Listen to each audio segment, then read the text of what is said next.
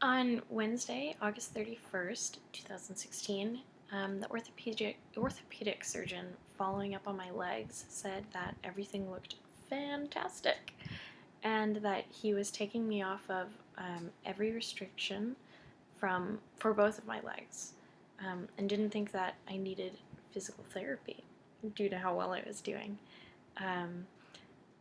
But he also added that he would not want me running or climbing for at least the next month, which I guess is fair. I thought it was funny that he pointed that out without me even asking. Oops. So 4 days later, there is very obvious improvement even throughout the day in terms of my walking and mobility.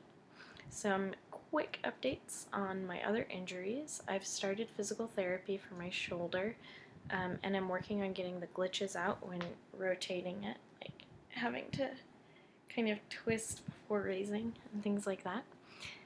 And the follow-up surgeon said that my range of motion is incredible and has cleared me of all restrictions. And so now we're kind of good to go. But unfortunately, my last visit with the neurosurgeon, who is following up on my fractured L5, did not follow the positive news trend. Initially, there was a 10 to 15% height loss on my L5, of the L5 column, and there were 3 hairline fractures that you could just kind of see. But now, the CAT scan that I had done a week or two ago showed a loss of at least 40% of my L5 column height. And what were hairline fractures are now like big time separated chunks.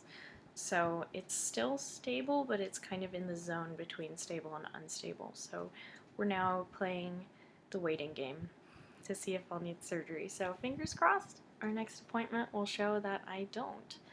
I'm having some back pain and everything, but it's not, you do what you do. And so we'll check back in a couple of months and hopefully hear better news. And so right now, my biggest physical struggle is going downstairs, because my body has forgotten how that works. But you can see in the video even just kind of the progression of going down the stairs just changes each time, which is really awesome. And other than that, because I've been sedentary for so long, 3 months, even though it was supposed to be 4 months minimum, which is awesome, I'm about 10 to 15 pounds heavier than I normally am.